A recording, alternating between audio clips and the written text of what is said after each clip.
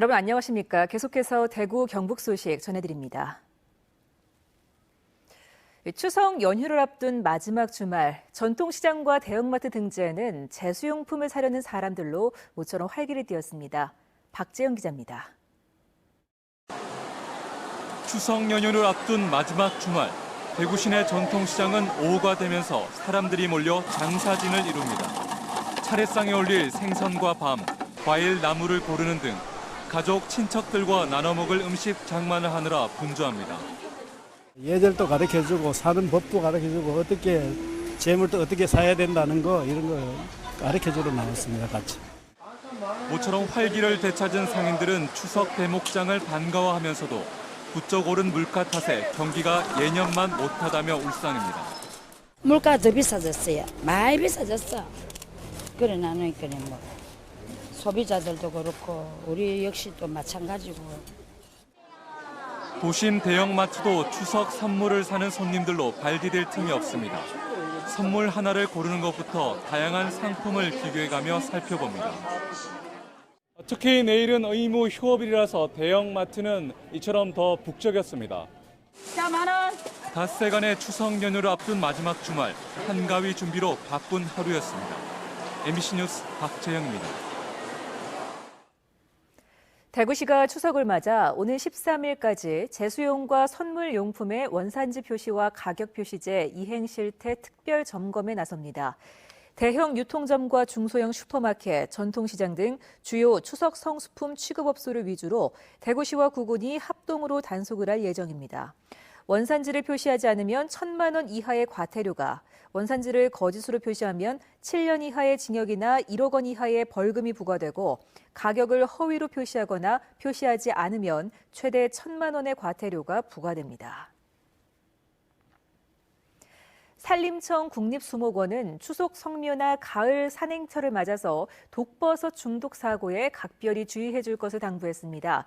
특히 가을철은 날씨가 선선해지면서 야생 버섯이 많이 자라고 있다며 일반 상식처럼 알려져 있는 독버섯 구별법은 대부분 잘못된 정보인 만큼 산림청이 제공하는 스마트폰 앱 서비스 독버섯 바로 알기를 활용하면 도움이 된다고 밝혔습니다. 그러나 전문가가 아니면 야생버섯은 아예 먹지 않는 게 안전하다며 독버섯을 먹었을 경우에는 즉시 토해내고 먹은 버섯을 가지고 병원에 가서 치료를 받아야 한다고 설명했습니다. 대구 달성군에서는 지난주 열린 송해가요제가 파행으로 운영돼 말썽을 빚고 있습니다.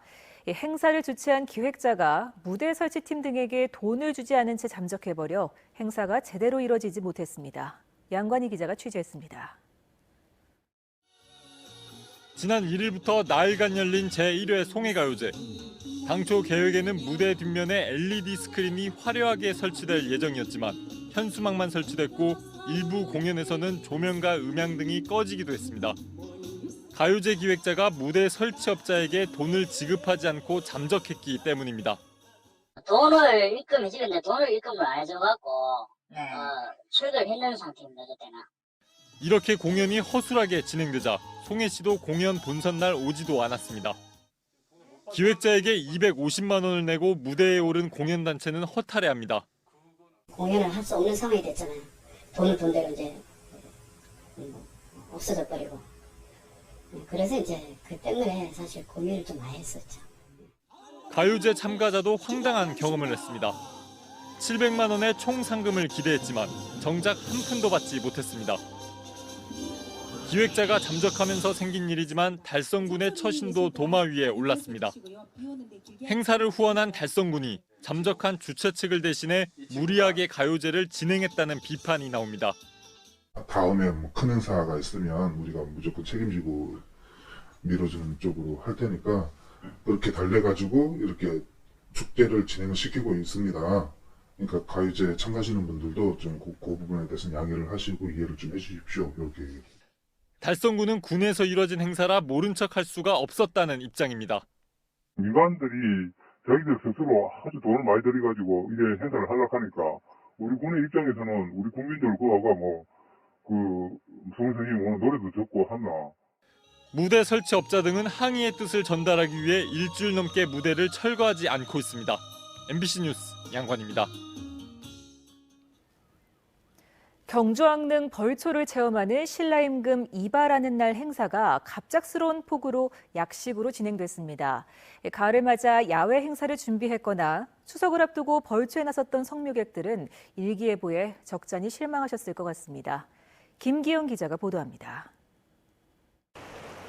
오늘 오후 경주 동부 사적지 30분 전부터 시작된 빗줄기는 준비했던 행사를 선보이지 못하도록 회방을 놓았습니다. 오늘 일기가 받쳐주지 않은 점 주최 측을 대신해서 죄송하다는 말씀을 전해드리고요.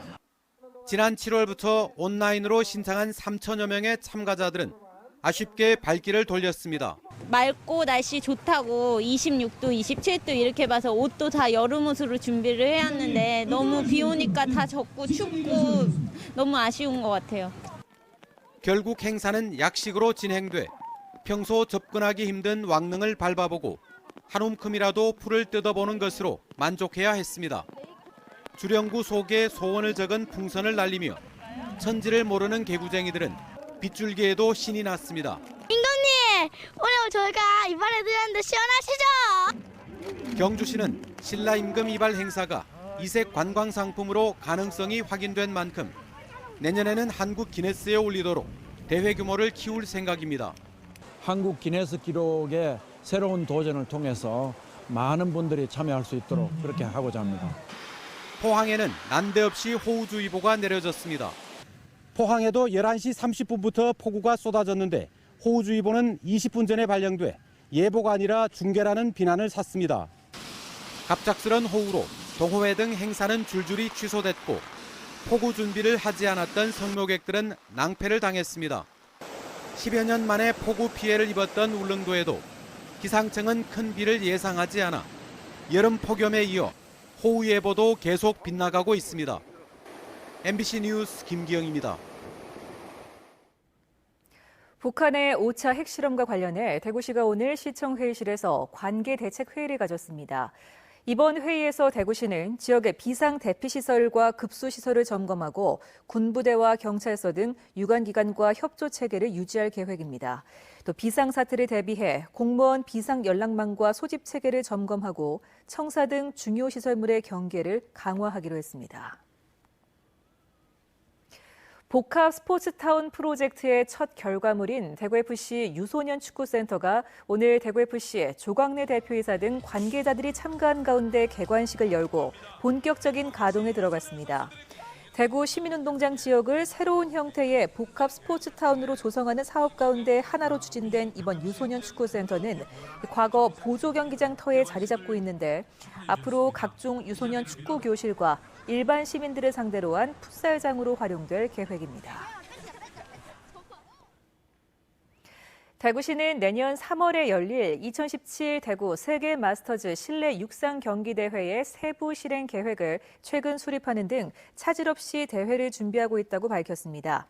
대구시는 지난 7월 말 개폐 회식과 대회 홍보, 수송과 숙박 등 17개 단위 사업별 세부 실행 계획을 마련했고 체험, 테마관광 중심의 다양한 관광 상품도 개발하고 있습니다.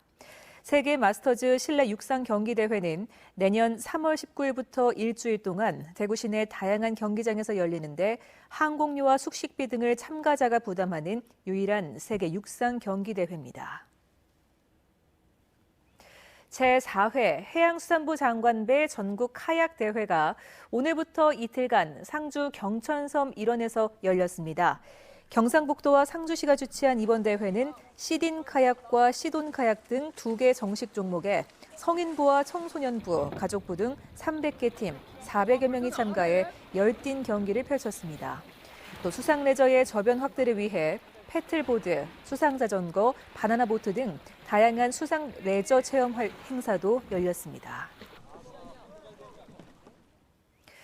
내일 오전 9시에 방송되는 대구 MBC 시사톡톡 시간에는 신천을 개발하려는 대구시의 신천 프로젝트를 둘러싼 생태계 보호와 역사자산 보존 논란 등을 다룬 양날의 칼 신천 개발이 방송됩니다. 전문가들은 신천에 살고 있는 수달을 비롯해 수 생태계 보호와 더불어 대구 고대 역사 유적의 산실, 신천에 대한 보다 정밀한 조사와 불효불급한 시설의 배제 등을 강조했습니다. 많은 시청 바랍니다. 그 경관 포인트가 있어요.